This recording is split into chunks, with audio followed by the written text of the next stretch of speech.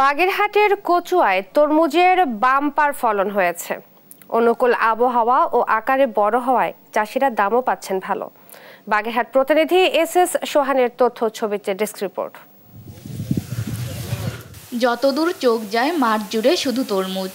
কচুয়া উপজেলা মঘিয়া ইউনিয়নের চরসোনাকুর মাঠের চিত্র এটি। এবার প্রতি একর জমিতে ১৫০০-এর বেশি তরমুজ হয়েছে। প্রতিটির আকার হয়েছে ৫ থেকে ২০ কেজি পর্যন্ত। প্রতি একর জমিতে তরমুজ চাষে ব্যয় হয়েছে ২৫,০০০ থেকে ৫০,০০০ টাকা, আর বিক্রি হয়েছে ১.৫ থেকে ২.৫ লাখ টাকা। মাত্র ৩ মাসে লক্ষাধিক টাকা লাভে খুশি চাষিরা। আমার ১ লক্ষ টাকা খরচ হয়েছে।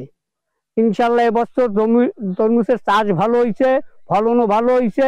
বড় তরমুজ হয়েছে, আমার ৩ লক্ষ টাকা খরচ হয়েছে ১০ বিঘা জমিতে। আমরা বেশি ১০ লক্ষ ২০,০০০ টাকা বিক্রি করেছি। ১ বিঘা জমি আমরা কেউ ১ লক্ষ, কেউ ১,৫,০০০, কেউ ১,২০,০০০, ২৫,০০০, ৩০,০০০ এইভাবে তাদের সাথে দাম দরাদরি করে প্রায় জমি এভাবে পুরো জায়গা বিক্রি করা হয়। কচুয়ার তরমুজ ঢাকা সহ বিভিন্ন জেলায় যাচ্ছে বলে জানান ব্যবসায়ীরা। তরমুজ আমরা কিনছি, আরো ব্যাপারী আছে, তারাও কিনছে। একজনে ১,৫০,০০,০০০, ৪০ লাখ এরকম করে আরো মানুষ কিনছে, আরো ব্যাপারী আছে। এইটা আমরা বিক্রি করি নানান মোকামে, যেমন ঢাকাতে যাত্রাবাড়ি, কারণ বাজার, গাজীপুর, মিরপুর, গাউসিয়া। শুরু থেকে কৃষি বিভাগ চাষিদের পরামর্শ দিয়েছে বলে জানান কর্মকর্তারা।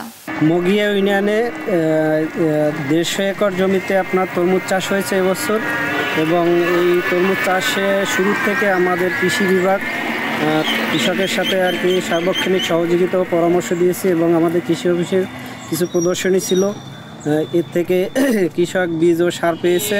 এবার বাগেরহাট জেলার ৩৫০ একর জমিতে তরমুজ চাষ হয়েছে। নিউজ ডেস্ক, দেশ টিভি।